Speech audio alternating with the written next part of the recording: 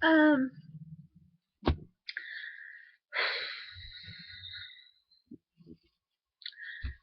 I wanted to talk about all this mass shooting stuff. I don't exactly know what I want to say, but I just felt like I needed to say something. So, um, I I do consider myself an expert, um, because I've lived through a mass shooting and was held hostage for 9 hours. So I spent a lot of time with a shooter, active shooter as they're called these days.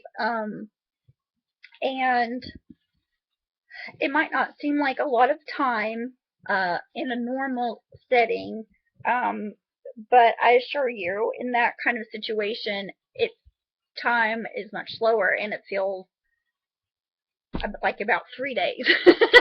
um, the thing that's really getting to me that I'm seeing a lot of, well, I'm seeing a couple of things because I have such varied friends from very conservative right wing to very liberal left wing, um, and there's just a whole lot of anger and know this and know that, and I just wanted to give my opinion about the situation. Um, and I do feel like more my opinion matters more because I've lived through it. And you have a lot of people that are saying, "Oh, this is why we need to get rid of guns in America, and when are we going to do something about the guns?" Well, I've got guns in my house, and never shot a person in my life. So, and I don't think I ever will. It's not in my plans. um, and if you look at it, where my shooting took place was in California, and California has some of the strictest gun laws in the country. I now live in Arkansas, where the gun uh, laws are a little more geared towards gun owners because it's a big part of the culture here. A lot of outdoors, hunting and all of that, um, and just more conservative people. Um, so I know that I think it was in the 90s, Jonesboro, Arkansas, also had a mass shooting. So I don't think having um, real strict gun laws like California does, or having more gun owner friendly laws like Arkansas does, really um, matters. Because I know there are people out there that say, hey, if we take away all the guns, this isn't going to happen. Well, yes, it is. It's happening. And then there are people that are saying, hey, if you have concealed carry, it's not going to happen. Well, yes, it is. So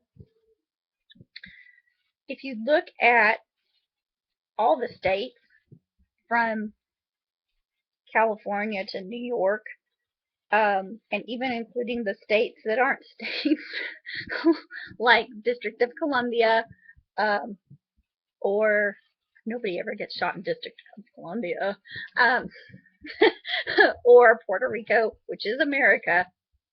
Some people don't realize Puerto Rico is technically still America, even though it's not a state, um, or at least part of the United States. It's still part of the United States. In all of America, even parts of America that are not United States of America, Canada, Mexico, murder is still illegal. Um, so I think if a person is willing to go commit murder, especially mass murder, uh, the law is not their primary concern. And if you took away guns, there's still plenty of ways for them to do it. To McVeigh or uh, Twin Towers or the Boston bombing. These are all cases where, huge amounts of people were attacked and guns weren't involved. I think it's people say, well, this or that, and oh, if we, if we just limit it to hunting and da da da. Well, I was shot at by a hunting kid. There was no reason to ban him from having guns, and he still did what he did. So, uh, the fact is, he put on his hunting gear and told his mom, "Hey, I'm going out shooting," and it just, it's just silly to blame a gun for what people are doing. Because, most people who have guns are not like this. And the thing that I equate it with is I'm hearing a lot of stuff from my friends who are really conservative and from small town America where there's not a lot of diversity. Oh, we need to get rid of all the Muslims in this country. And to me, the arguments are pretty much the same. They're fear-based and they don't really make any sense.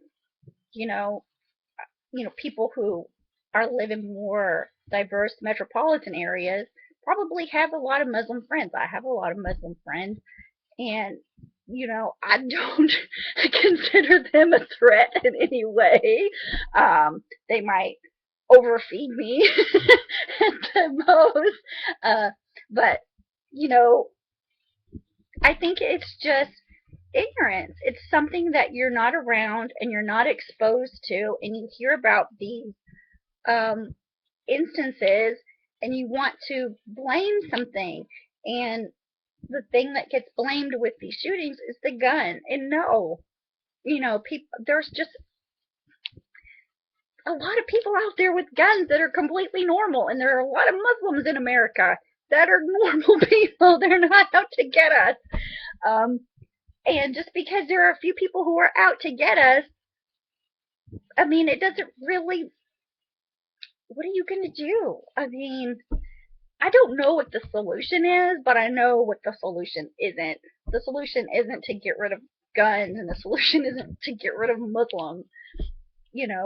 That's just ignorance on both sides, and like I said, I think it comes from just not being familiar with guns and gun culture and not being familiar with different ethnicities and the reality of what these situations are. I mean, you might not know people with guns where you live, and so your view is very skewed by what you see in the media. And I also don't like the media coverage of these events. I think uh, a lot of times they shouldn't be covered at all in national news, because a lot of the time it isn't national news. It's just a small little hometown shooting with very, little to no casualties that is blown up and made it into seem like it's a bigger deal.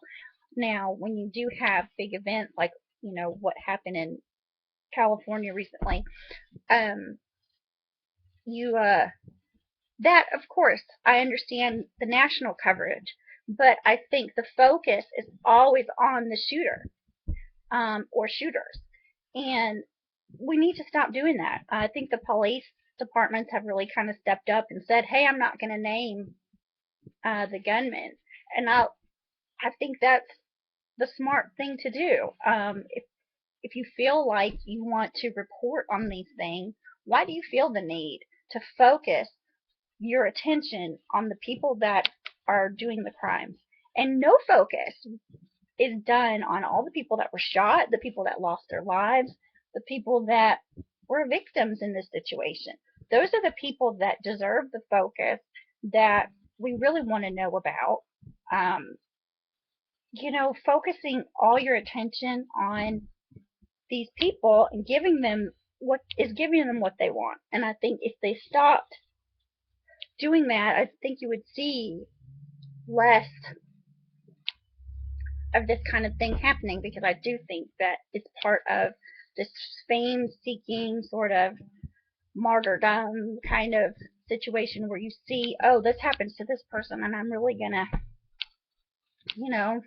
go at it. It's just, I just think it's being handled in the wrong way.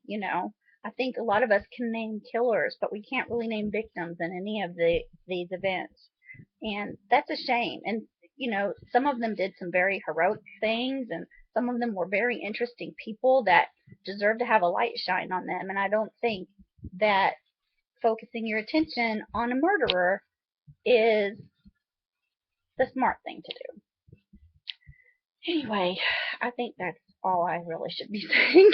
But I wanted to give people something to think about and maybe a different way to think about it.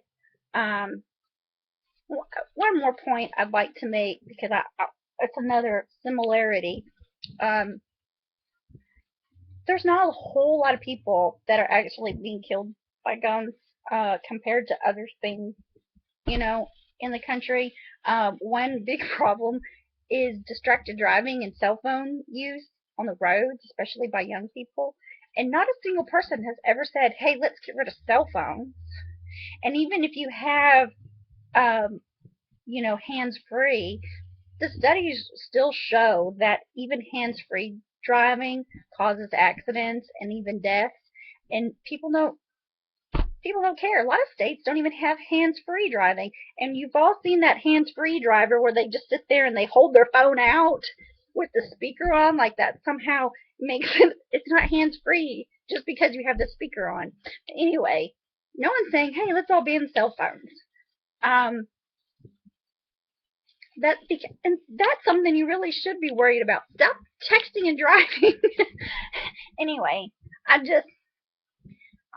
stuff for you to think about. Agree or disagree, but I just wanted maybe for people to hear and see a different point of view than what they're being fed in their feeds from their friends that are like them. Oh, stop. Just stop.